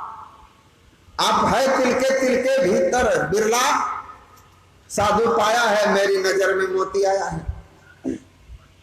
तो यही तो है, ये तिल कहां पर है? ये तिल क्या जो मकर संक्रांति में खाते हैं, स्याह सफेद तिलों बीच तारा, अविगत अलख रवि है, मुर्शिद नैनो बीच नबी है। ये नैनो बीच नबी है, ये नैनो बीच का भेद नासाग्र का भेद है, सुषुम्ना का भेद है, 10वें द्वार का भेद है। परमात्मा तक जाने का रास्ता यहीं से खुलता है, इसके सिवा कोई उपाय नहीं। लाख उपाय कर लो, जीवन से दुख नहीं जाएगा। मन तुम दुखी रहे, सूरत तुम दुखी रहे, हम जानी दुखी ही रहोगे। चाहे मास फागुन मस्त हो के किए बहुत बनाओ हो, ऊंचे महलन जड़ित मनगन, असुख तब हम नहीं पाओ। सब व्यवस्था कर लो, सुखी नहीं हो सकते। ये व्यवस्था कर लो, सुखी हो जाओगे। एक संत हुए ऑरेलियस, उनसे राजा आए, कहा कि झोपड़ी में तुम आनंद से भरे हुए रहते हो और मैं महल में दुखी। महाराज, ये झोपड़ी में मुस्कान युक्त चेहरा और महलों के बीच सुख सुविधाओं में भी हमेशा तनाव, हमेशा चिंता, ये आपके सुख का राज क्या है? इस आनंद का राज क्या है महाराज? तो ऑरेलियस ने कहा, अगर सुख चाहते हो, आनंद चाहते हो, तो सिंपल बस इतना ही क्या करो कि focus your sight at a point ahead, the path that leads to the ocean of bliss shall be opened. अगर तुम चाहते हो उस सुख को, उस आनंद को प्राप्त करना जो झोपड़ी में भी मिल जाए, तो कोई फर्क नहीं पड़ता। महल में भी रह करके नहीं मिला तो फर्क ही फर्क है, और ये मिल गया तो कहीं भी रहो। मन मस्त हुआ तब क्या बोले, हल्की थी तब चढ़ी तराजू, और भारी भाई तो क्या तोले, अब क्या तोले। मन मस्त हुआ, मस्त हो जाओगे। भया जी हरि रस पी मतवारा, 8 पहर झूमत ही बीते डारी दियो सब भारा। तब सारे सिर के भार उतर गए, चिंता मणि पद तब मिला। चौथी में जब गया, कैसे ईड़ा पिंगला ऊपर पहुंचे सुखमन पाटुगारा। तो उन्होंने कहा, तुम अपने युगल दृष्टि की धारों को फोकस एट ए पॉइंट है, दो नैना बीच सन्मुख। अपने युगल दृष्टि धारों को, दोनों दृष्टि से निकलने वाली चैतन्यमयी प्रकाशमयी ज्ञानमयी धार को जोड़ दीजिए।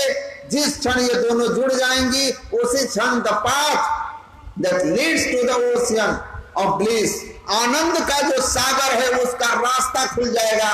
और उसका रास्ता खुलते ही तुम्हारे अंदर में आनंद की झलक मिलने लग जाएगी, और उसको देख लिया एक बार, उस रास्ते को देख लोगे। चलत पंथ सुख होत महा है, जहां हाजर चलते महासुख तुमको अपने अंदर में मिलने लगेगा। राह खुलते ही ईश्वर की ओर का जाने का रास्ता जो तुम्हारे अंदर में है, वो खुलते ही मिल जाएगा। है ज्योतिनाद का मार्ग बनाया धरा जाए तिल से, है धर जतन करो दिल से। जिस दिन बिंदु पर, तिल पर आपकी दृष्टि की युगल धारें पहुंच जाएगी, रास्ता अंदर का खुलेगा। आनंद का सागर जो आपके अंदर में है, वो ठंडी हवा आनी शुरू हो जाएगी। जैसे जैसे हिमालय की ओर सटिएगा ना, उस हिमालय के तक पहुंचने के पहले ही ठंडी बयार आने लगती है और बड़ा आनंद आने लगता है। मैं देहरादून से मसूरी जा रहा था अपने कॉलेज के दोस्तों के साथ, तो गर्मी का समय था।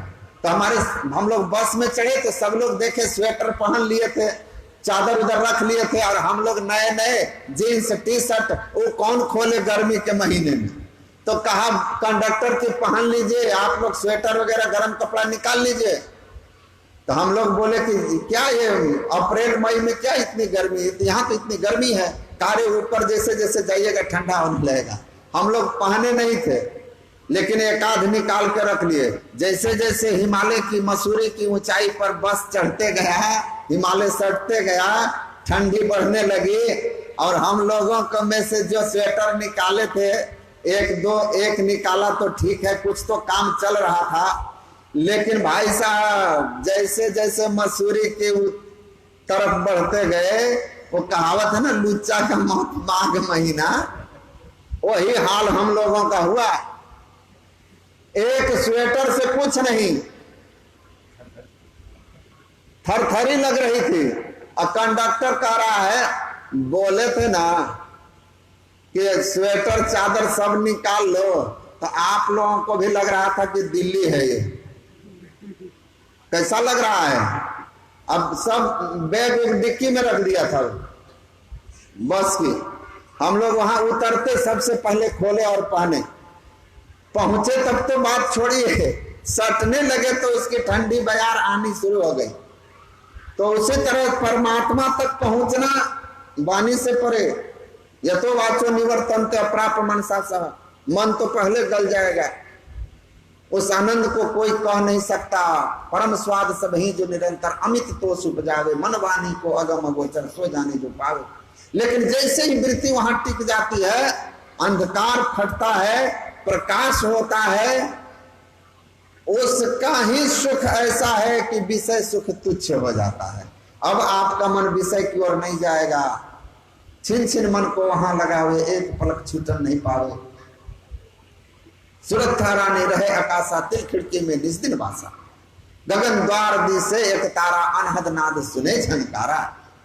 तो जुगल दृष्टि की धारों को मध्य में एकत्रित करने की विधि सीख लीजिए। और इसके लिए कहा कि दोनों दृष्टि धारों को फोकस एट ए पॉइंट, एक बिंदुता पर स्थिर करने के लिए आपको बहुत कुछ नहीं करना है।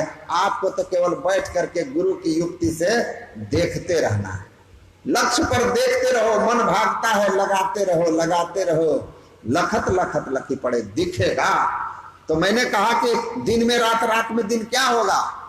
गुरु नानक देव जी महाराज के गुरु ग्रंथ साहब की वाणी, अब पहुंचे हुए संत, वो किताब पढ़ के बोलने वाला कहां से बोलेगा? बोलता है ये संत की वाणी है। ये तो हम लोगों के लिए बहुत मुश्किल है। हम लोग तो जो जो सहज और सरल है वही बताते हैं। तो मैंने कहा कि वहां ध्यानाभ्यास शिविर में यही किया जाता है, दिन में रात, रात में दिन, गर्म में ठंडा, ठंडा में गर्म, यही किया जाता है वहां ध्यानाभ्यास में बैठ करके। और इसी को समझाया जाता है प्रवचन में कि क्या है। और तब मैंने उनसे कहा कि दिन और रात क्या है? दिन मतलब सूर्य दिन, चंद्रमा रात। गुरु महाराज कहते हैं चांद सूर्य घर एके लाए, सन्मुख दृष्टि जमाई, अब ब्रह्म ज्योति को करो उजेरो, अंधकार मिट जाए। तो ये अंधकार मिटेगा। चांद सूर्य घर एके लाओ। चांद क्या है, सूर्य क्या है? दिन और रात। चंद्रमा कहिए चंद्र नाड़ी, सूर्य नाड़ी, ईड़ा नाड़ी, पिंगला नाड़ी। उसी को यमुना नदी, गंगा नदी कहकर किसको जनाया गया है? बाईं आंख की दृष्टि से जो धार निकलती है उसको कहते हैं ईड़ा की धारा, ईड़ा। और दाहिनी ओर से जो दृष्टि की धार निकल रही है उसको कहते हैं पिंगला। बामे ईड़ा तिष्ठति बामेन पिंगला दक्षिणेन तो तयोर मध्य वरम स्थानम यस्तम वेद। तो वेदविद कहा कि वेद को सही रूप में जानने वाला, ज्ञान को, सही मर्म को समझने वाला कौन है? जो बाईं तरफ ईड़ा है, दाहिनी तरफ पिंगला है, और दोनों के मध्य में सुषुम्ना श्रेष्ठ स्थान है। सुषुम्ना परम तीर्थम, परम तीर्थ सुषुम्ना दोनों के ठीक मध्य में है। उस परम तीर्थ को जो जान जाता है, श्रेष्ठ स्थान को जो जान जाता है, वही वेद को जानने वाला है। बाकी तो पोथी पढ़ जगमुआ पंडित भयाना कोई। जो उसको जाना वही 2.5 अक्षर प्रेम का, वही 2.5 अक्षर प्रेम का जाना, क्योंकि मारत सेंध प्रीति अति आवे। जो इसमें सेंध मार दिया ना 12 अंगुल में जाकर ना सागर में, उसी को परमात्मीय प्रेम उपज जाता है। और वही सच्चे हृदय से सच्चा प्रेमी वही होगा। तो कहा यहां पर, तो मैंने उनको कहा कि दिन महरैन, दिन में रात, रात हो गया चंद्र नाड़ी पिंगला ईड़ा, और दिन हो गया सूर्य नाड़ी। श्वेत नाड़ी भी कहते हैं, पिंगला को श्वेत कहते हैं। गंगा नदी की धारा भी श्वेत है, जमुना की धारा काली है, इसके लिए इसको ईड़ा नाड़ी भी कहते हैं, क्योंकि तमोगुनी है ईड़ा। मैं कल भी कहा था बाई आंख की धार तमोगुनी है, तमोगुण काला होता है, निद्रा आलस आती है, रजोगुण श्वेत होता है, तो उसमें चंचलता रहती है ये पिंगला में।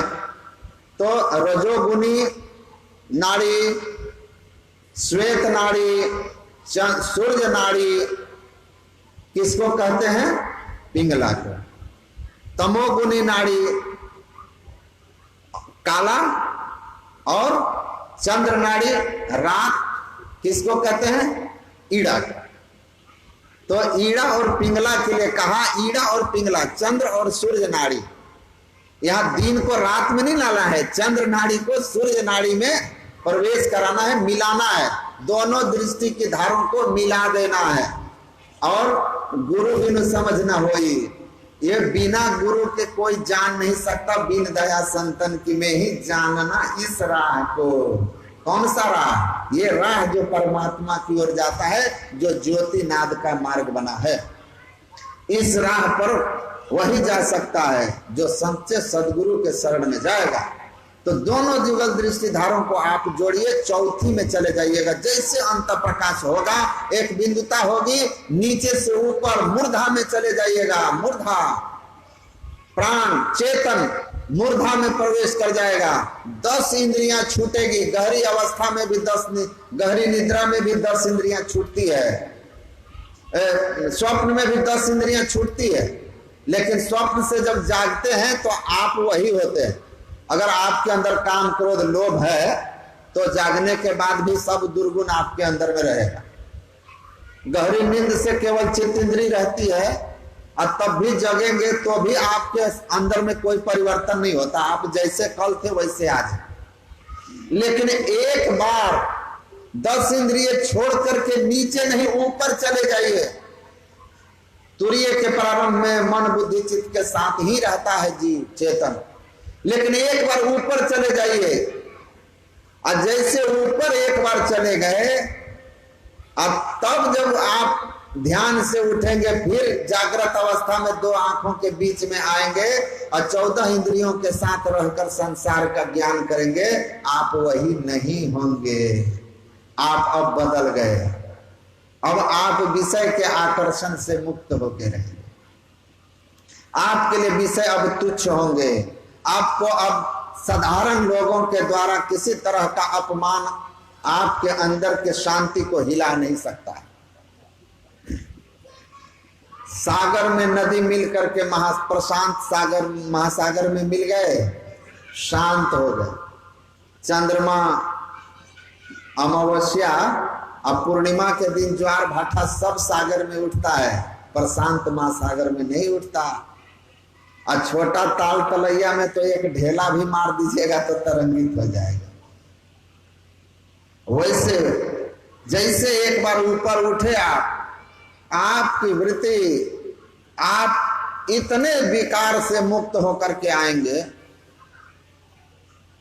ऐसे होकर के आएंगे कि सहजता से कोई आपको परेशान नहीं कर सकेगा। अभी और ऊपर जाना है, पूर्ण विकार मुक्त होकर के परमात्मा से एक होने के लिए। लेकिन केवल शुरुआत, पहला कदम ठीक ठीक आपने उठा दिया है और उस कदम से नीचे आए हैं आप, तो आप परिवर्तित होंगे। आपके अंदर अद्भुत आत्मबल होगा, अद्भुत रिद्धि सिद्धि होगी। आपके चरित्र का एक उज्जवल पक्ष ऐसा संसार के सामने आ चुका होगा कि कोई भी व्यक्ति बिना कहे आपके बगल में आकर बैठ जाएगा। आपके शरीर से अब निकलने की नैसर्गिक सात्विक आभा जो पास बैठे हुए को भी शांति प्रदान कर देगा। कितना परिवर्तन एक कदम उठ जाने पर होता है। लेकिन यह कदम ऊपर की ओर होना चाहिए, ईश्वर की ओर होना चाहिए, चौथी अवस्था की ओर होना चाहिए। तो चंचल चित्त को थीर करने के लिए दृष्टि योग की क्रिया होती है। चित्त वृत्ति के पूर्ण सिमटाव में ऊर्ध्व गति हो जाती है तो ऊपर चले जाते हैं। और वहां जब चले जाते हैं तब क्या कहते हैं, मन मह ज्योत ज्योत मह मनवा, पंच मिले गुरु भाई। 5 गुरु भाई मिलते हैं। गुरु नानक कहते हैं 5 गुरु, मन ज्योत मंडल में चला गया, ज्योति मंडल घसीधाई के निर्खत वैराटी हो, विराट सूक्ष्म जगत को देख रहे हैं। स्वर्ग नरक प्रत्यक्ष है आपके लिए, सूक्ष्म जगत का सुख। तो वहां जब आप गए तो 5 गुरु भाई अब आगे मिलेंगे। पहला गुरु भाई तो एक बिंदुता पर मिलेगा। अब 5 गुरु भाई क्या है, 5 केंद्रीय मंडल है, शरीर 5 है, एक ही शरीर नहीं है। ये स्थूल शरीर है जो साधारण मृत्यु में छूटता है। इसके बाद इसके अंदर सूक्ष्म शरीर है जिसके साथ जीव जाता है, पुनर्जन्म होता है। सूक्ष्म, कारण, महाकारण और तब इन 4 जड़ के पास बाद एक कैवल्य चैतन्यमय शरीर, ज्ञानमय शरीर, जीवमय शरीर, जीव रूप। उसके बाद परम पुरुष परमात्मा, पुरुषोत्तम, निःशब्दम परमम पदम। तो एक शरीर छूट गया, स्थूल शरीर। ऐसी अवस्था हो गई। अब साधन में पग जायत ही गंभीर हो, या तन की शुद्ध ना रहे धीर बर वीर सो। सांझ भोर दिन रैन कछु जाने नहीं, अरे हारे में ही बाहर जड़वत रहे माही चेतन सही। गहरी नींद में पता ही नहीं होता हम कहाँ हैं। लेकिन इस अवस्था में हम सूक्ष्म जगत में हैं और उस समस्त सूक्ष्म जगत का, जैसे अभी जाग करके आप स्थूल जगत का ज्ञान करते हैं, सूक्ष्म जगत में जाकर वैसे ही सूक्ष्म लोक का ज्ञान आपको होगा। सूक्ष्म शरीर में पहुंचेंगे, प्रकाश में पहुंचेंगे, वो वहां जाएंगे तो कहते हैं आपको गुरु भाई मिलेंगे। 5 गुरु भाई, वो आपको क्या करेंगे, 5 मदद करेंगे परमात्मा तक जाने के। ये 5 गुरु भाई क्या है, 5 मंडल के 5 केंद्रीय नाद शब्द हैं। बजती है 5 नौबतें सुनिए के एक, प्रत्येक पे चढ़ जाए के निज नाम खोजना।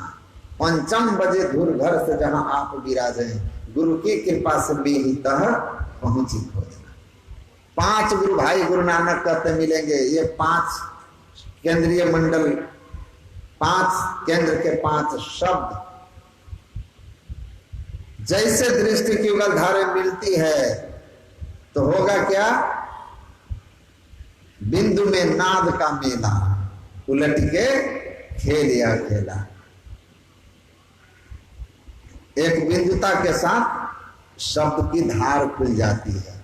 और यही गुरु की दीक्षा की जरूरत होती है, जिसको चौथी दीक्षा नादानुसंधान कहते हैं।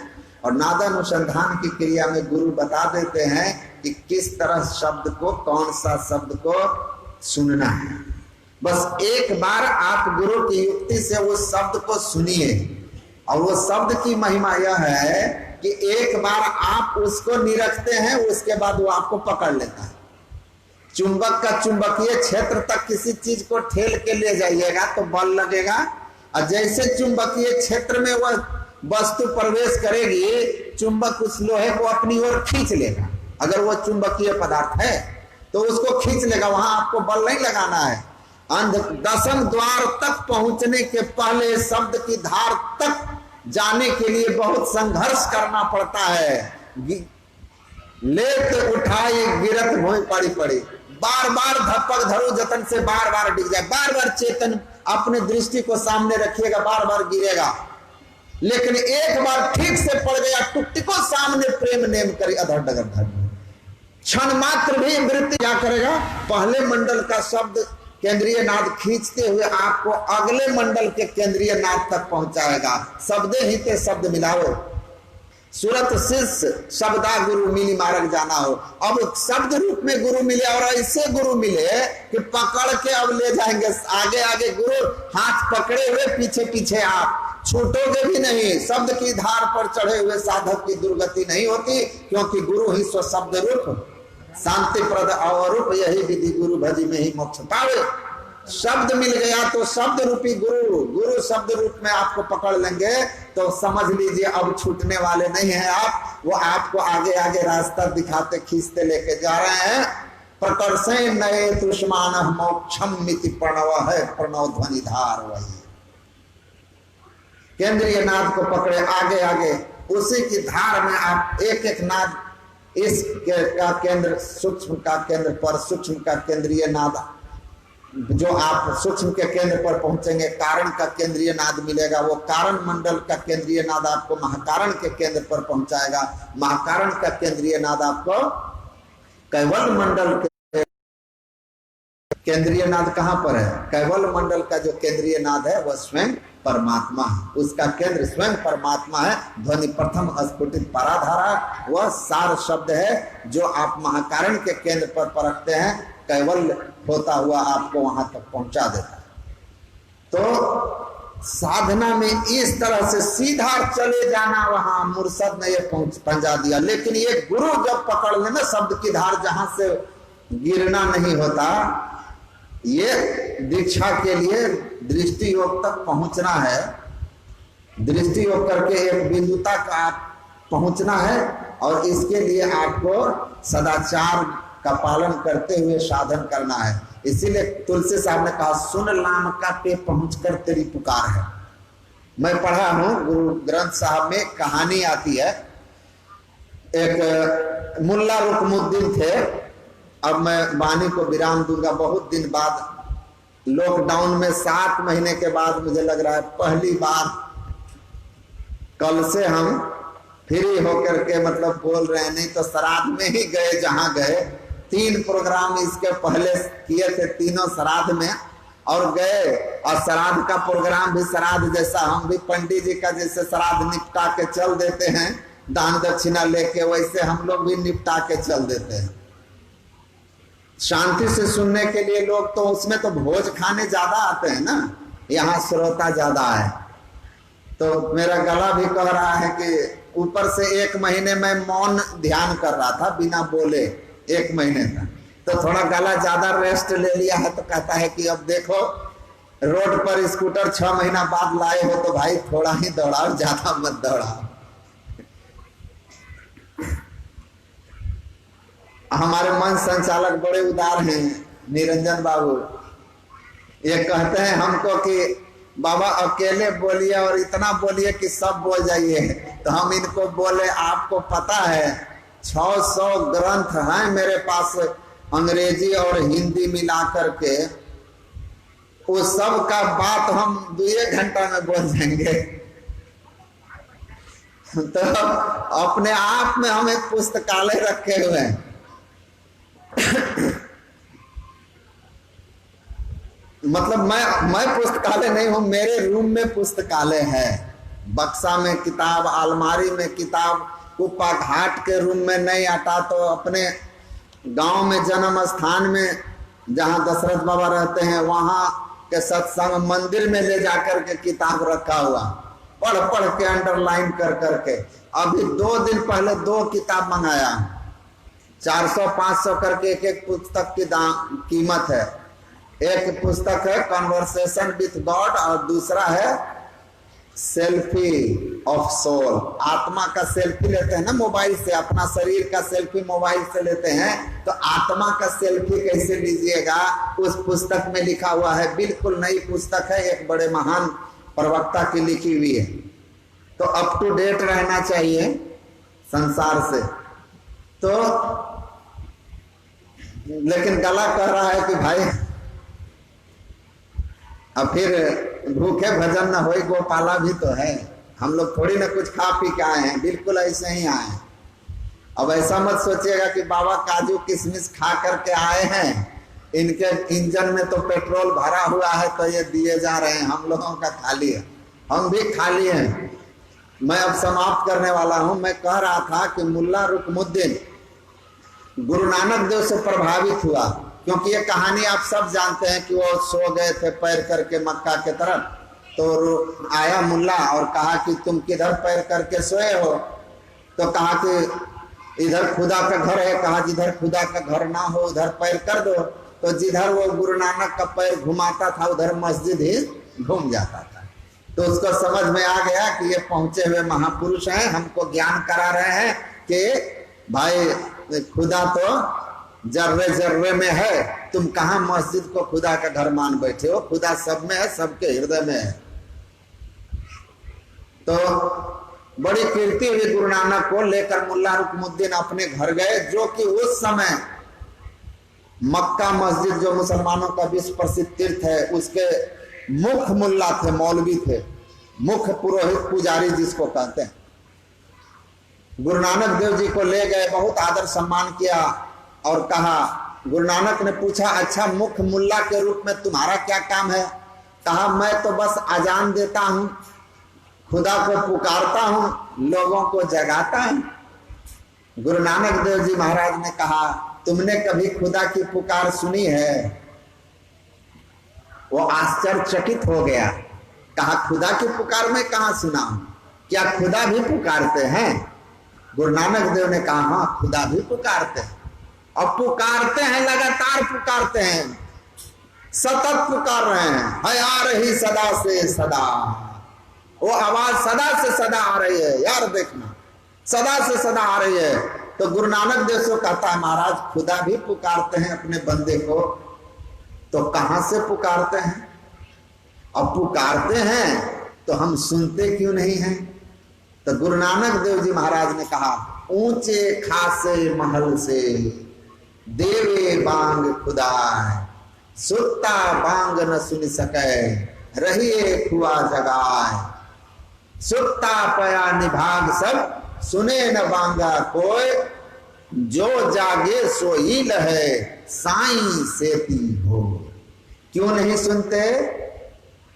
तो कहा सुत्ता पया निगाह सब, मोह निशा सब सो निहारा, मोह की निद्रा में सोए हुए हो, बाहर की ओर देख रहे हो, स्वप्न में हो, तो बहिर्मुख होकर रहते हो, इसीलिए नहीं सुनते। जिनका ख्याल बेहोशिए इंसान से ख्याल जुदा है, बाहिर में है मोहब्बत, जाहिर में खुदा है, बातिन में है मोहब्बत, जाहिर में खुदा है। आप बेहोश पड़े हो तो सुनोगे? गहरी नींद में हो, कोई आवाज दे रहा है सुनोगे? या यहाँ बैठे हो हम बोल रहे हैं और आपका ख्याल कहीं और चला गया तो आप सुनोगे? एक जगह मैं सत्संग कर रहा था झारखंड में, एक बूढ़ी माता आगे बैठ करके सो रही थी। मैंने उनको कहा जगाने के लिए, मैं बोला माता जी सो रही हैं? तो बोलती है नहीं तो, और वो सो रही थी नहीं तो। दोबारा मैं बोला, थोड़ी देर बाद फिर मैं बोला माता जी सो रही हैं क्या? ध्यान शिविर था। तो बोलती है नहीं तो मैं समझ गया। पहले वो औरत से पूछी कि बाबा की पूछल के? तो वो औरत बोली कि बाबा पूछ रहे हैं कि सो रही थी? सुनी तो थी नहीं, बगल वाली बोली। तो बोलते हैं नहीं बाबा नहीं सो रहे। थोड़ी देर के बाद में फिर पूछा तो बोलते हैं कि नहीं तो। दूसरी बार, तीसरी बार में मैं सोचा कि सो रही है ये, लेकिन बोलती है नहीं तो, क्योंकि इसको लगता है मैं यही पूछ रहा हूं। तो मैंने उसको प्रवचन करते करते फिर जब झुकने लगी तो मैंने कहा माता जी, माता जी। तो बोले हैं माता जी जिंदा हैं कि नहीं? जिंदा हैं। हम उसको बोले जिंदा हैं, तो बोलती है नहीं तो। जिंदा है नहीं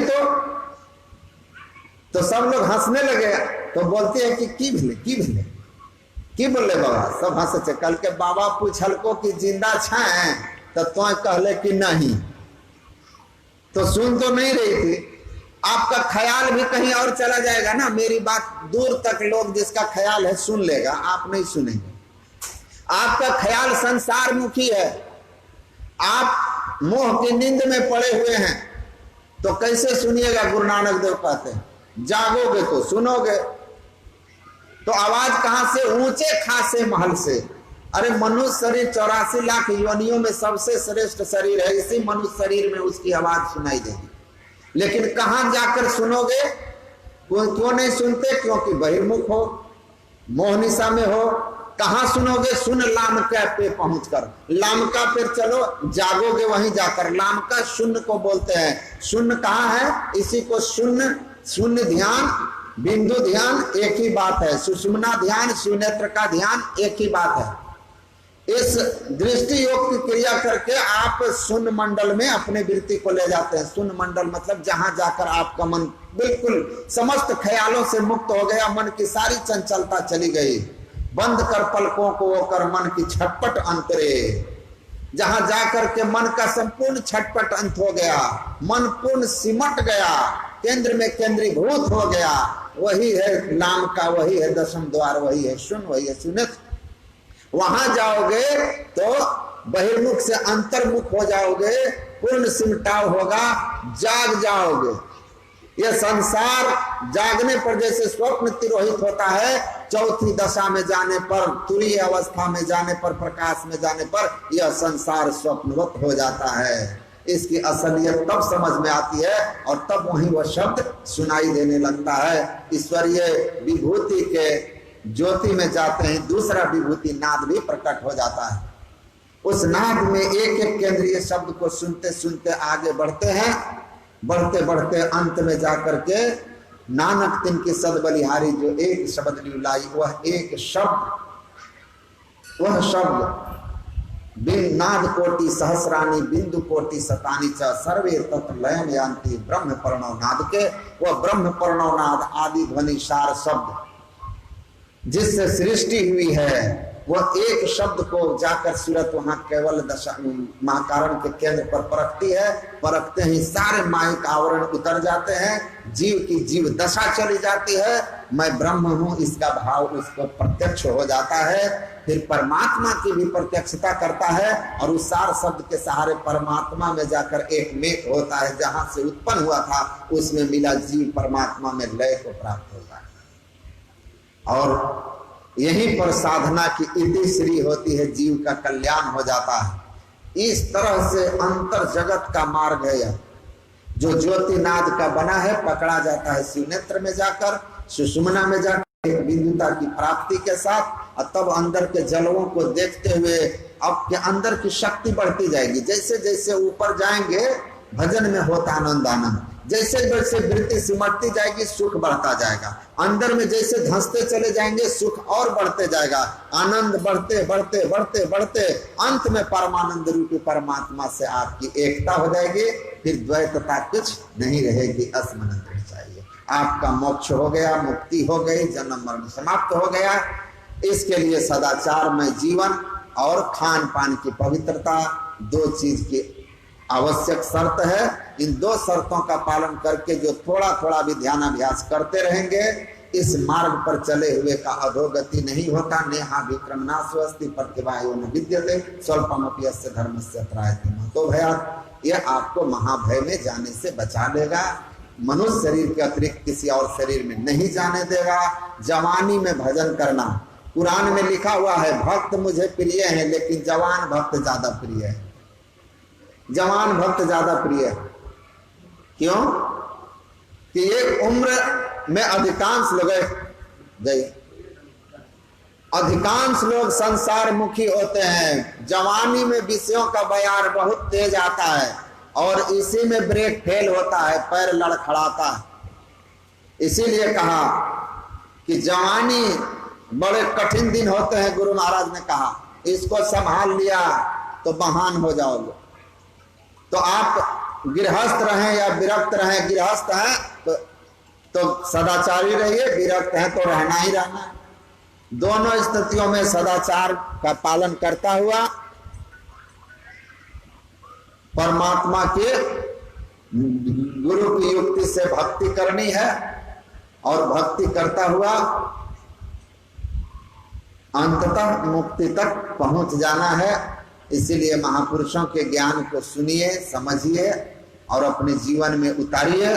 कल के बारे में ज्यादा न सोचना है, और कल रहेगा नहीं रहेगा, इसीलिए सबसे जरूरी काम है परमात्मा की भक्ति। अगर ये गुरु की युक्ति से किए बिना चूक गए तो ये अब की चूक माफ न होगी, दूल्हन अचल मुकाम।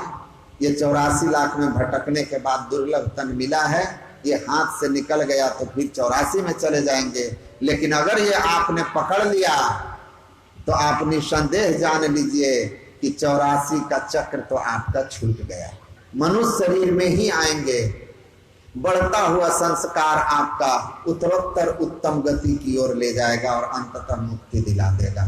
तो भजन के छोर को पकड़ करके रहिएगा, कल्याण होगा। आप सब लोगों के बीच मुझे आने का अवसर मिला, आप लोगों के बीच गुरु महाराज के संतों के ज्ञान को सुनाने का अवसर मिला। जो लोग लाए उन सबको धन्यवाद, और आप सबके लिए शुभकामना, मंगल कामना। गुरु महाराज सब पर कृपा करें, सबका सब सुखी हो, भला हो। ओम शांति शांति।